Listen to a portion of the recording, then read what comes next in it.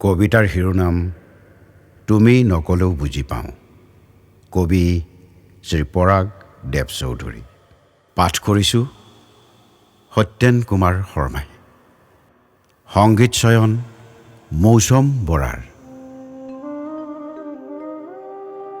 কেনে আছা আই? তুমি নকলেও বুজি পাওঁ তুমি কেনে আছা। বুজি পাওঁ তোমাৰ মনৰ যন্ত্ৰণা, জীৱনৰ যাতনা। জুই ফুলৰ মালা পিন্ধিও তুমি বুকুত সজাই ৰাখিব জানা দুপৰৰ হাচনাহানা। কাঁইটত খোজ দিও তুমি আঁকি দিব পাৰা জীৱনৰ ৰঙীন আলপনা। কেনে আছা আই?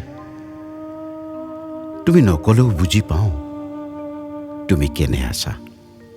জীৱন যুঁজৰ তুমি অক্লান্ত সৈনিক, ভাগৰিও আহৰি নাই। যাৰ বুকুত উঠিলেও যোৱাৰ ভোকৰ ভাত বিচাৰি পৰিভ্ৰমণ কৰিব পাৰা অসুখৰ ইপাৰ সিপাৰ। কেনে আছা আই? তুমি নকলেও বুজি পাওঁ তুমি কেনে আছা। সেই যে মোৰ আগদাঁত দুটা গজিবলৈ লওঁতেই কোনোবা অচিন পৰীৰ সাধু কথা শুনিবলৈ আঁতৰি গৈছিল পাহোৱাল পিতাই।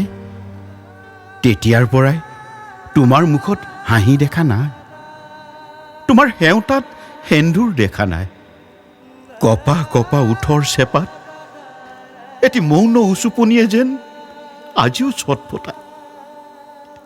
সেইবাবেই তোমাৰ বুকুত মুখ গুজি উচুপি উচুপি মেটেকা ফুলীয়া দুখবোৰ বাৰে বাৰে দিব খোজো উটুৱাই।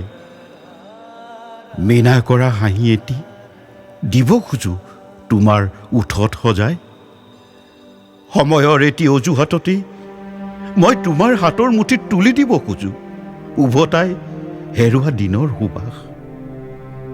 আৰু তোমাৰ হেলেঙি বোৱা ওঠৰ পৰশ মোৰ বুকুত গুজি আলফুলে অজস্ৰবাৰ সুধিব খোজো কেনে আছা আই? তুমি নকলেও মই বুজি পাওঁ তুমি কেনে আছা। তোমাৰ মৌনতায়ো যে কথা কয় মোৰ ৰুগাল তিয়াই। কাৰণ তুমি যে জীৱনৰ সমস্ত ৰং বিচাৰি পোৱা মোৰ দুচকুলৈ চাই। মোৰ উশাহৰ প্ৰতিটো সেউজ সপোনে তোমাৰেই সুবাস বিলায়। তুমি নকলেও বুজি পাওঁ মই, তথাপিও সুধো ভাল পোৱাৰ আলপনা সজাই কেনে আছা আই?